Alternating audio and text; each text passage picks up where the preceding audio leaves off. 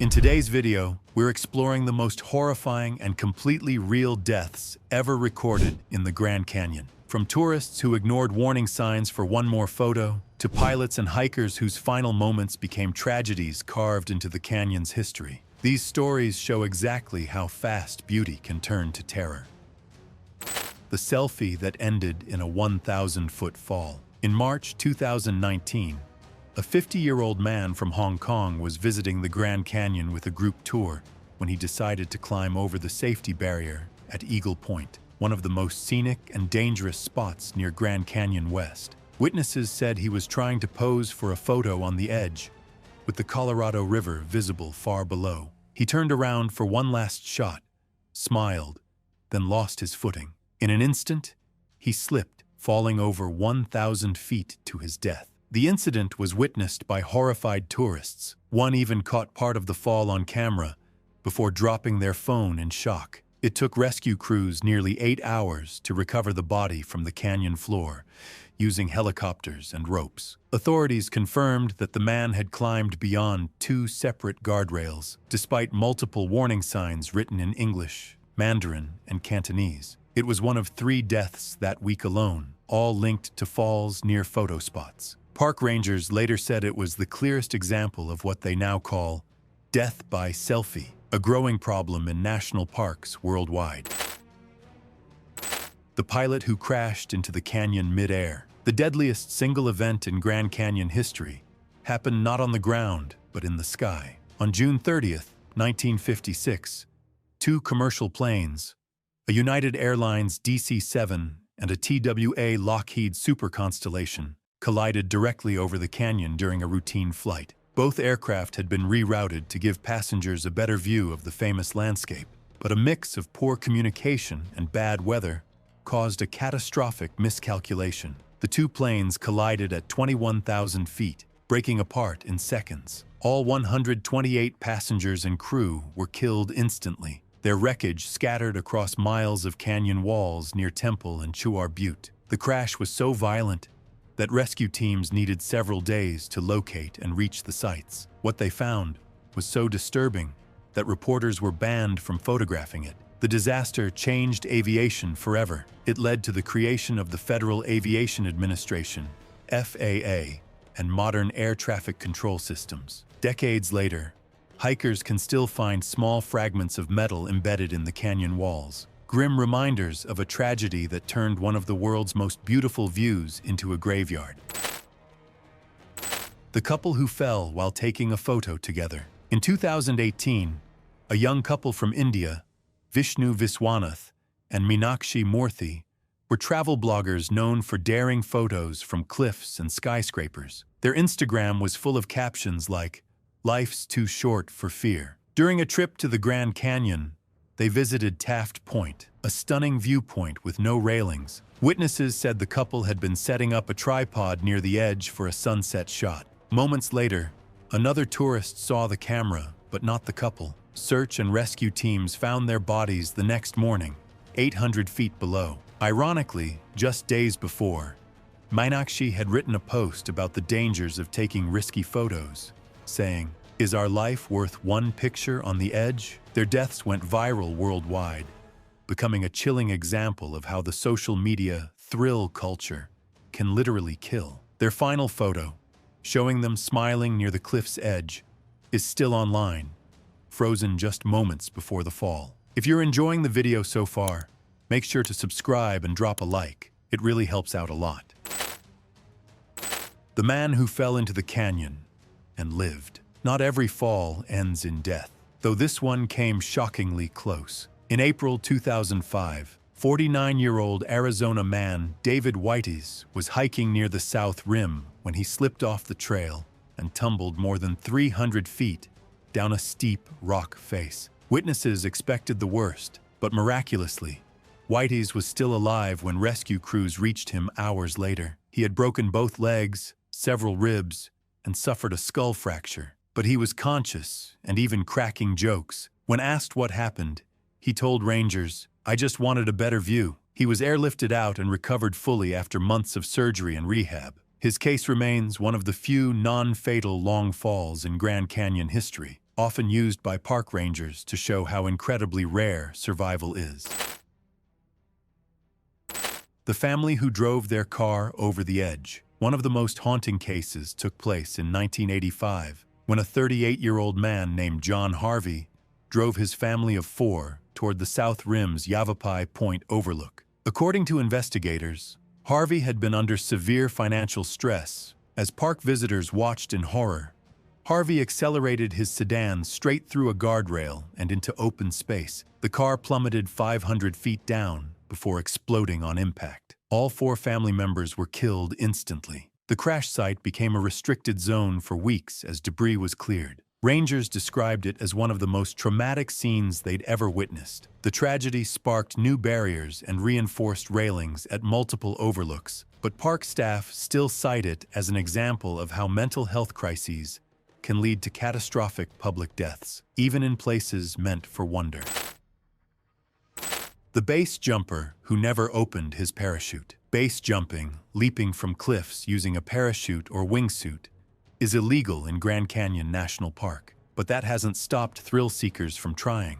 In 1999, experienced jumper Dwight "Buzz" Blanchard decided to secretly leap from a remote point along the North Rim. He was filming for a documentary on extreme canyon sports. Witnesses said he looked calm as he stepped off the cliff, but seconds later, disaster struck. His parachute failed to open. He plunged nearly 1,000 feet, his camera still rolling. When rescuers found his body the next day, they also recovered the footage, which ended up being used by investigators to show exactly how quickly a base jump can go wrong. Since then, at least 10 more illegal jumpers have died the same way. The footage remains locked in park archives, described by rangers as deeply disturbing. The tourist who dissolved in the Colorado River. In June 2017, a 72-year-old man named Victor Tseng from California joined a guided rafting trip through the Grand Canyon. It was supposed to be the adventure of a lifetime, a 2-week expedition through the wild Colorado River. On day 6, near Lava Falls Rapid, one of the most violent whitewater sections in North America, Tseng was knocked overboard when the raft hit a submerged rock. Witnesses said he resurfaced once, briefly, before being swept under again. The current at Lava Falls can exceed 30 miles per hour, and the water churns with volcanic rock fragments and whirlpools. Despite wearing a life jacket, Tseng was gone within seconds. Rescue teams scoured the area for days, but never found a body. Rangers concluded that he had likely been pulverized and swept downstream, his remains never to be recovered. Veteran rafters later said that no one survives more than a few minutes in those rapids without immediate extraction. One of the guides, shaken, told reporters, "It's like being inside a blender. You don't drown, you get destroyed." The helicopter tour that turned into a fireball. The Grand Canyon's aerial tours are one of its biggest attractions, and also one of its deadliest. On February 10, 2018, a Eurocopter EC-130 carrying 6 British tourists and a pilot crashed in the Hualapai Reservation near Quartermaster Canyon. Video from nearby tourists captured the helicopter spinning wildly before slamming into the rocky terrain and bursting into flames. 3 passengers died instantly, and 3 others, along with the pilot, suffered severe burns and fractures. The survivors were trapped inside the burning wreckage for 8 minutes before rescuers reached them. One survivor, Jennifer Barham, later told the BBC that she watched her friends burn alive while she screamed for help. Investigators determined that high winds and mechanical failure caused the crash, a deadly combination in the narrow canyon walls where the slightest gust can flip an aircraft. It was one of the worst helicopter disasters in Grand Canyon history, and footage of the smoking wreck became one of the most circulated videos of 2018. The man who fell into the canyon while urinating. Sometimes, death in the Grand Canyon comes from sheer foolishness. In 2015, a 33-year-old tourist named Christopher Smith was hiking with friends along the South Rim near the Desert View overlook when he stepped off the trail to relieve himself behind a boulder. When he didn't return after several minutes, his friends went looking for him, only to find skid marks in the dirt near the edge. Smith had lost his footing while trying to steady himself and fell 500 feet to the rocks below. Rescue teams located his body the next morning. Rangers later called it a preventable tragedy caused by inattention, and his story has since become a common cautionary tale told to new hikers. It's one of several bizarre incidents where visitors to the Grand Canyon literally died because of a moment's lapse in judgment, reminding everyone that one wrong step in this landscape is final. The photographer who backed off the cliff. In 2012, Paul Garcia, a 41-year-old amateur photographer from New Mexico, set up his tripod near Ooh-Ah Point on the South Kaibab Trail, one of the most photographed spots in the park. He was adjusting his camera at sunrise when a hiker behind him heard him shout. Garcia had backed up to frame a better shot, unaware that he was inches from the edge. He fell nearly 400 feet. His camera was later recovered on the ledge where he slipped, still recording. The last frame shows a perfect view of the canyon and his shadow seconds before the fall. Rangers used his footage as a teaching tool in photography safety seminars, urging visitors never to focus more on the lens than their footing. Garcia's death sparked online debate among photographers, some calling it the price of the perfect shot. But to rescuers who retrieved his body, it was yet another reminder of how the canyon never forgives distraction. The man who vanished without a trace. In 2016, Colin Finnerty, a 42-year-old from Denver, parked his car near the Hermit Trailhead for what he told friends would be a 2-day solo hike. He never came back. Search teams found his car, his campsite, and his backpack, but no sign of Colin himself. Helicopters scanned the entire South Rim for weeks, and dogs picked up faint trails that vanished near a steep ravine. Months later, hikers stumbled upon a single boot wedged between boulders, then a torn fragment of clothing. The rest of him was never found. His case remains one of the Grand Canyon's most haunting disappearances, joining a list of more than 600 missing persons whose remains were never recovered. Rangers believe he likely fell into a section too remote to access safely, one of hundreds of no-recovery zones in the park. Even today, canyon rangers mention his case in training sessions as a sobering example of how easy it is to vanish forever in the labyrinth of cliffs and crevices. The park employee who fell to his death on the job. Tragedy doesn't only strike tourists.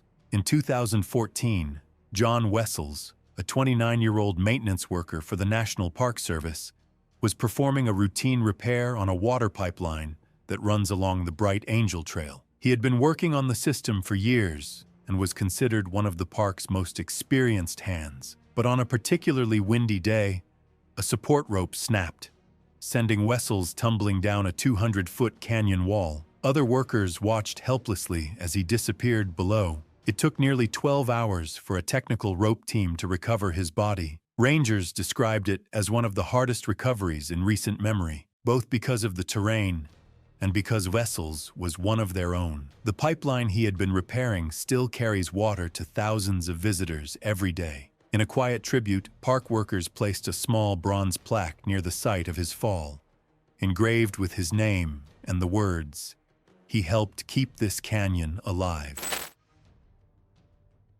The flash flood that swept campers away. The Grand Canyon's beauty hides one of its most unpredictable killers, flash floods. In August 2021, a group of hikers camping in Deer Creek Narrows, a narrow slot canyon deep within the park, were hit by a sudden wall of water after a thunderstorm miles away sent a torrent racing downstream. The group had been asleep when the roar of rushing water echoed through the canyon. Within minutes, their tents, food, and packs were gone. 2 hikers managed to scramble up the rocks. One woman, Rebecca Copeland, 29, was swept into the current and vanished. Her body was found 3 days later, pinned beneath a boulder 5 miles downstream. The flood was captured on video by nearby hikers, showing the terrifying brown surge consuming everything in its path.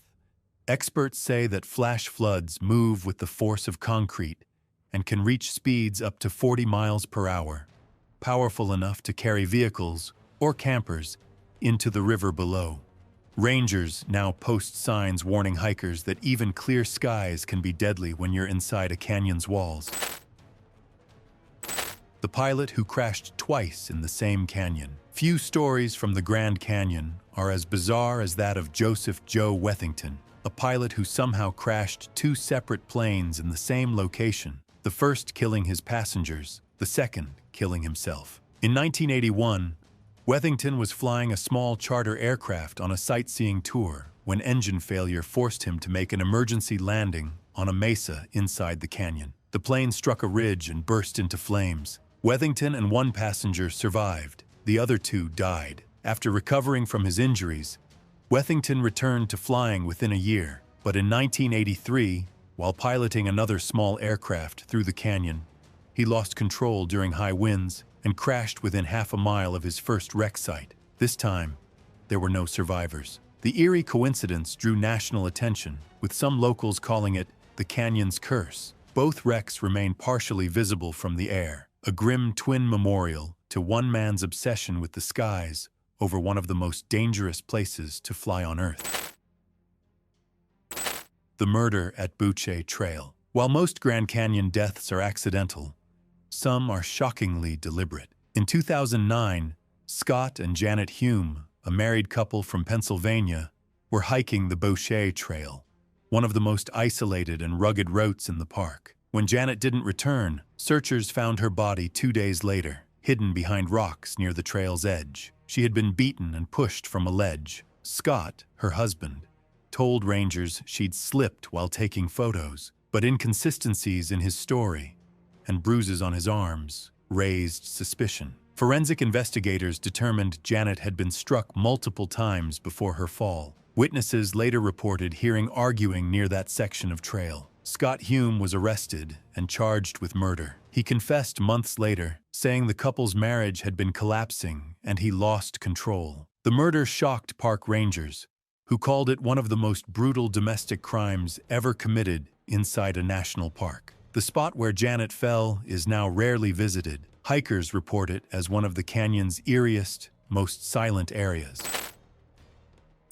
The tourist who fell into the canyon during a proposal. It was supposed to be one of the happiest moments of his life. In 2020, 32-year-old Amir Khan, a tourist from the United Arab Emirates, took his girlfriend to a viewpoint near Yavapai Point to propose at sunset. Witnesses said he knelt down, pulled out the ring, and then stepped backward to let another visitor take a photo. In one horrifying second, he lost his balance and tumbled 800 feet down the canyon wall. Tourists captured the immediate aftermath on their phones as park rangers rushed to secure the area. His fiancée, hysterical, had to be sedated before being flown out by helicopter. Khan's body was recovered the next day by technical climbers. Authorities described it as one of the most heartbreaking recoveries we've ever handled. News outlets around the world covered the story under the same headline: "He fell in love and into the canyon." The hiker who boiled alive in a hidden pool. One of the Grand Canyon's most gruesome deaths occurred in 1997 when 33-year-old Michael McCarty, a geology student from California, ventured into a geothermal vent area near Havasu Canyon. The region is famous for its turquoise waterfalls, but few visitors realize it's also dotted with superheated natural springs. McCarty ignored warning signs to bathe in one, unaware that the water temperature could exceed 170 degrees Fahrenheit, 77 degrees Celsius. Within seconds of entering, he began screaming. Rangers later confirmed that his skin had sloughed off almost instantly. His hiking partner dragged him out, but severe burns covered 80% of his body. He died en route to the hospital. A nearby visitor caught part of the incident on video, which was later used in ranger training as an extreme example of thermal hazard misjudgment. Afterward, the park sealed several geothermal pools and increased fencing around the most dangerous ones, a direct result of McCarty's fatal mistake. The 1956 mid-air collision that changed aviation forever. On June 30th, 1956, the Grand Canyon witnessed one of the deadliest air disasters in American history. Two commercial airliners, a United Airlines Douglas DC-7 and a TWA Lockheed Super Constellation collided directly above the canyon at 21,000 feet. The impact tore both aircraft apart. Witnesses at the south rim described two fireballs dropping from the sky. All 128 people on board both flights were killed. Debris rained down across the rugged landscape of the Tonto Plateau and Chuar Butte, scattering twisted metal and luggage across miles of desert. Rescue crews took days to reach the crash sites due to the remote terrain and searing heat. The tragedy shocked the nation, not only for its scale, but for where it happened. One of America's most iconic landmarks. The investigation found that both planes had deviated slightly off course to give passengers a better view of the canyon. Back then, air traffic control coverage didn't extend that far west. That simple detour, meant to delight passengers, led to catastrophe. The disaster prompted the Federal Aviation Act of 1958, creating the FAA and modernizing U.S. air traffic control. Today, the wreckage of both planes remains at the bottom of the canyon, off-limits to visitors, but still visible on satellite imagery. It stands as a chilling reminder that even awe can kill when safety is secondary.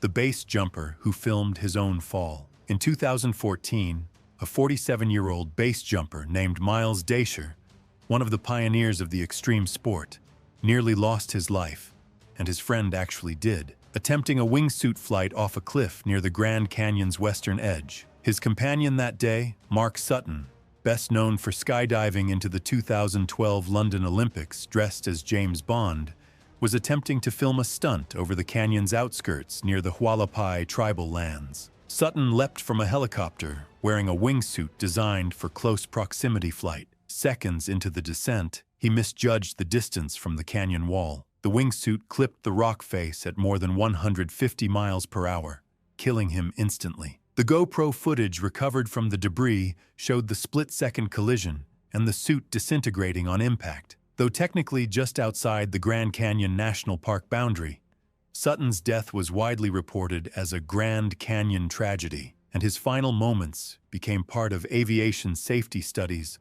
on human error in extreme sports. It remains one of the most infamous adventure deaths ever recorded near the canyon, a collision between adrenaline and miscalculation.